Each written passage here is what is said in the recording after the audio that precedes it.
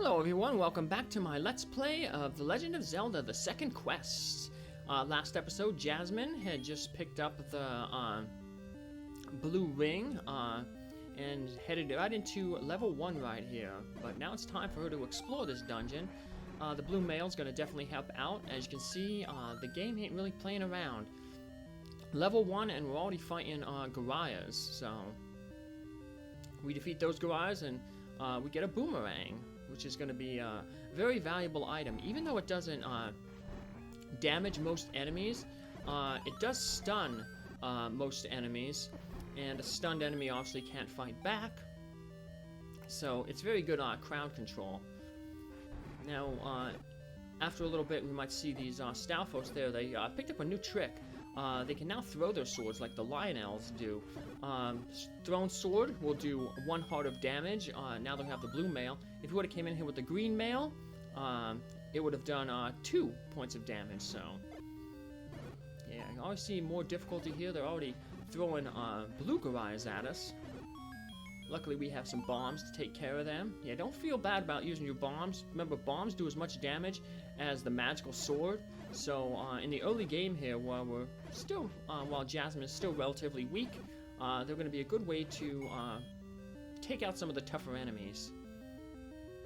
So here's a room that we don't necessarily have to come into, but much like the first quest, I'll be going into every single dungeon room just to show everything off. And by defeating those guys, we end up getting we get the some rupees. And here we have a Dodongo.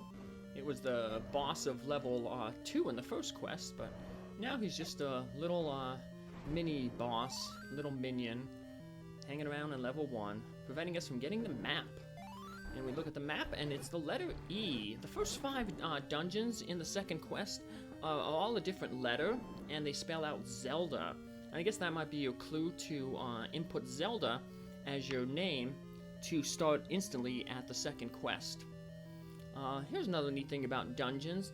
The Overworld map is 8 high by 16 wide. And the dungeons are kind of in an overworld too. There's 2 maps that are the same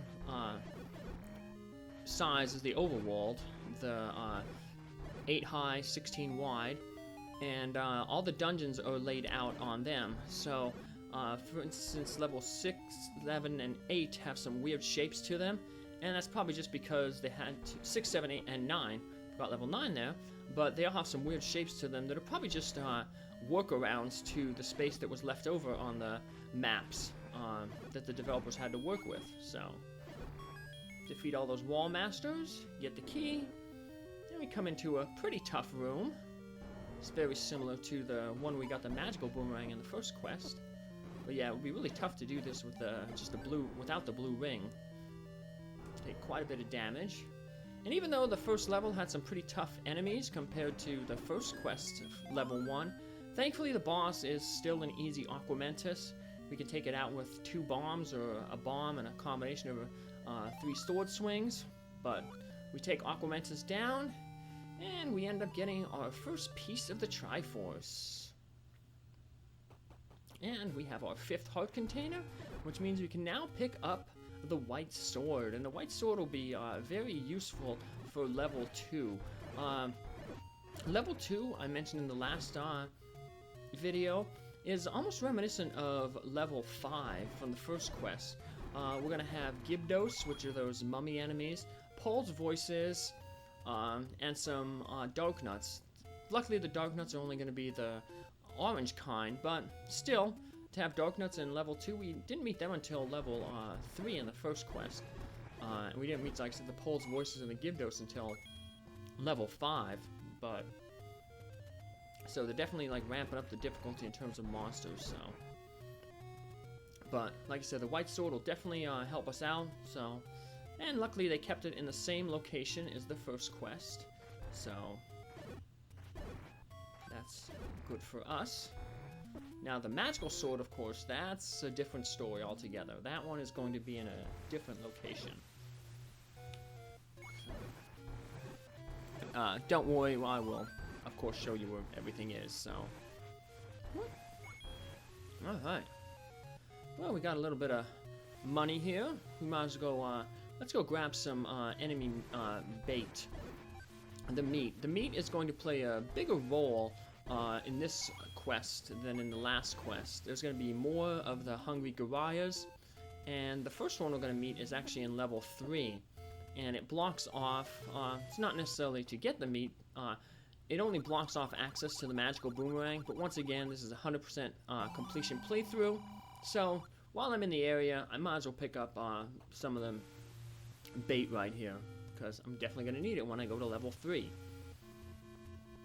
So. No, I wasn't sure if I cleared that guy out or not, so, but I did, so, woohoo! So let's head up this way here. We didn't explore this section here. And I'm gonna show off all the things again. You know, all the shops. So, well, that's the only reason we're coming up here.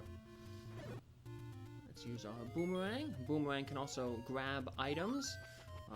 Rupees, fairies, medicine woman there.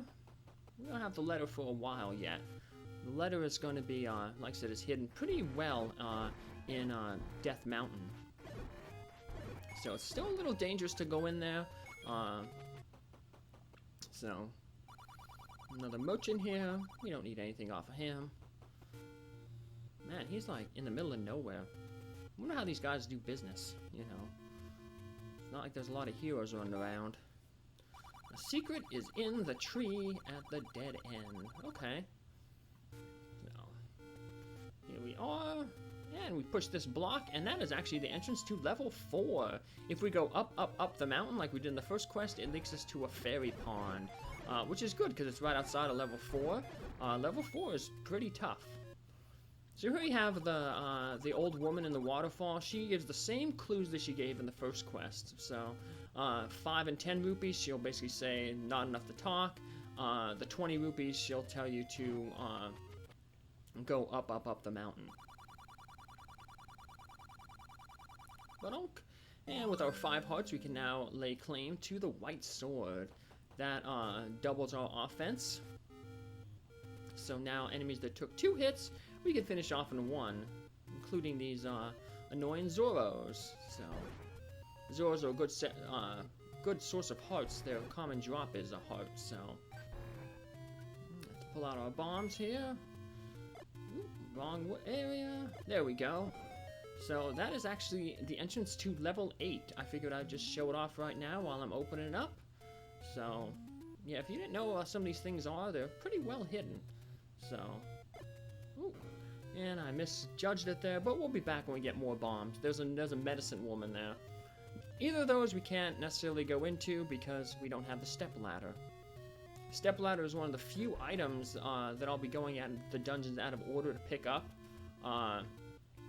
Because there's a few keys in level 4 and level 5 that you can't pick up without the step ladder, and the step ladder isn't available until dungeon 6.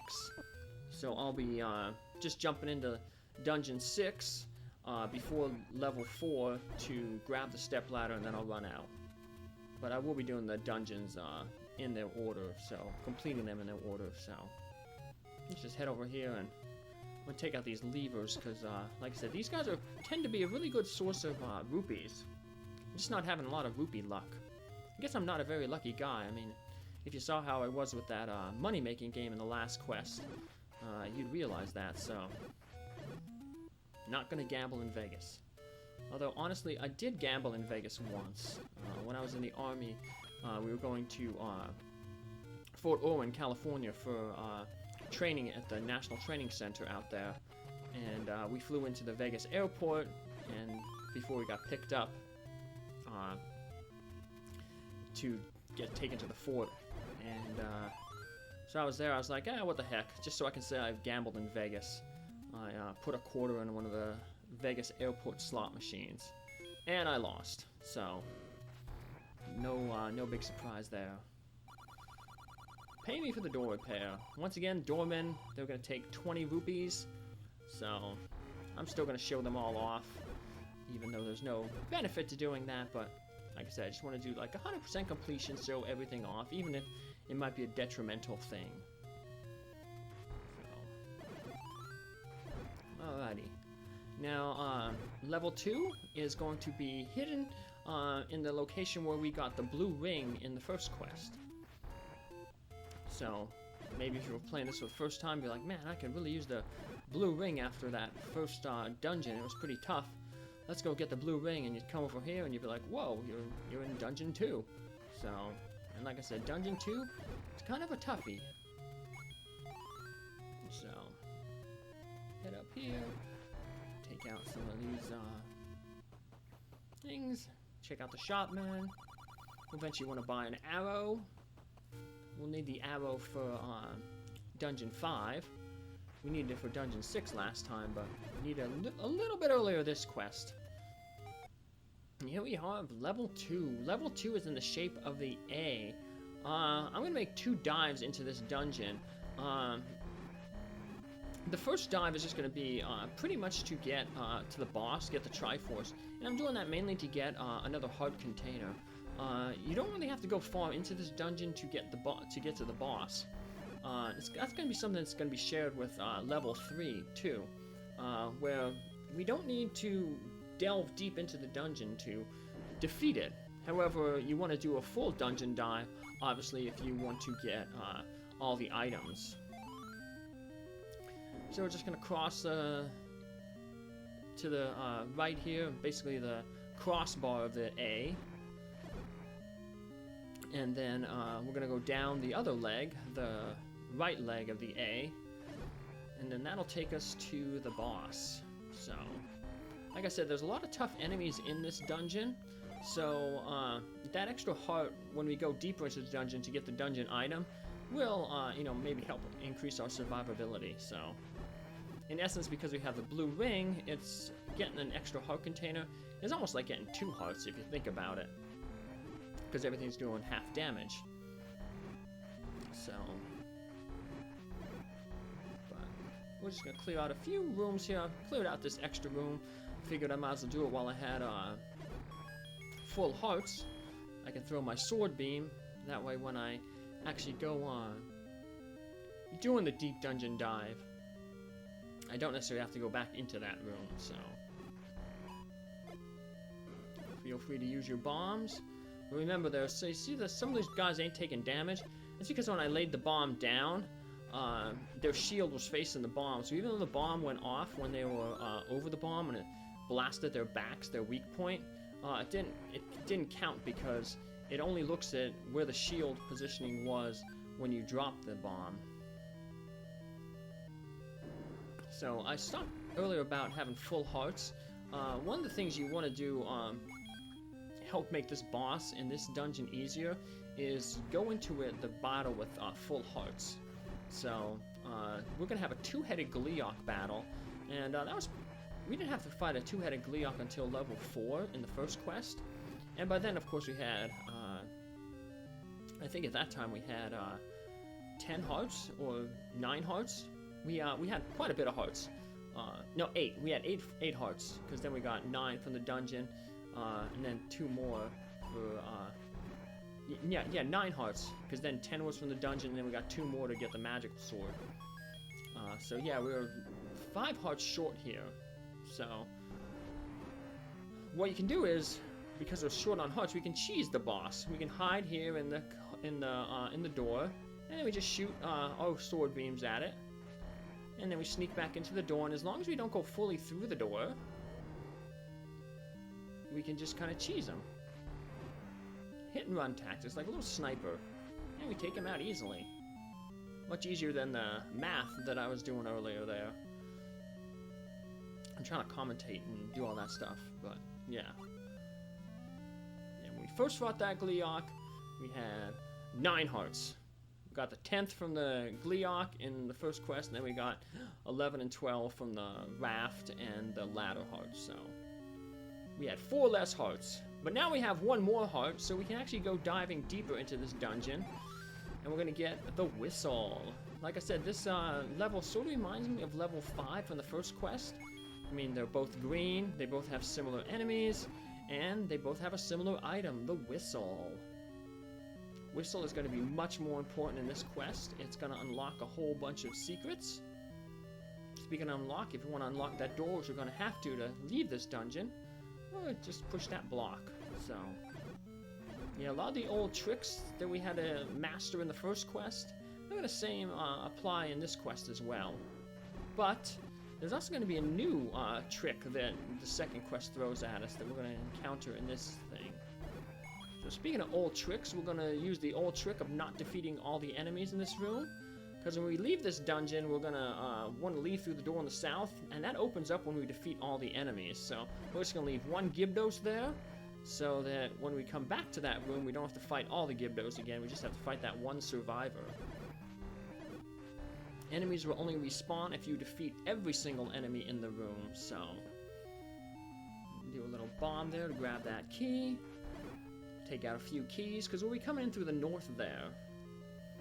And you'd be like, why would you come in through the north there? That just basically looks like a dead end. Well, that's where the new trick for the second quest comes in. Look at this, we already have a Manhandler, the boss of level 3 in the first quest. Just a little mini boss here in the second quest. Luckily, he didn't do too much damage, even though that was a very bad fight. Took quite a few bombs to take it out, so... got some more dog nuts here. And one of them was the master one. Yeah, so for sometimes there's some rooms where you defeat one enemy and then all the other enemies disappear. So I like to call that the master. So, and we got the map, and as you can see, it's the letter A. Remember all those clues about the I? Well, the little hole here in the A, that's a secret room. But in order to access the secret room, we have to walk through a wall. That's the new trick that the second quest throws in. There will be walls that we can walk through. So, this time if you run into a dead end in this quest, you might have to lay down a bomb. If the bomb doesn't work, then try walking through the wall. To walk through the wall, all you have to do is center yourself on the wall and just push into the wall. So there's our fully completed A. And here's the room we kind of left empty. So now we only have to defeat one of these Gyarados, and the door opens up for us. Now we just head on out. Take out these Zols. Push the block. Opens up the door to the south. And more Gyarados to take care of. Ah! Got a little careless there. But I got my heart back. So, just trying to farm these guys for some money. It's not working. No, oh, we did fill up our bombs. That's good. Once again, there will be 2 extra bomb pickups that we can get in future dungeons, so I'll point them out. So, alrighty, and that pretty much wraps up this episode. We'll pick up right here in our next episode. Take care. Have a good one. Bye!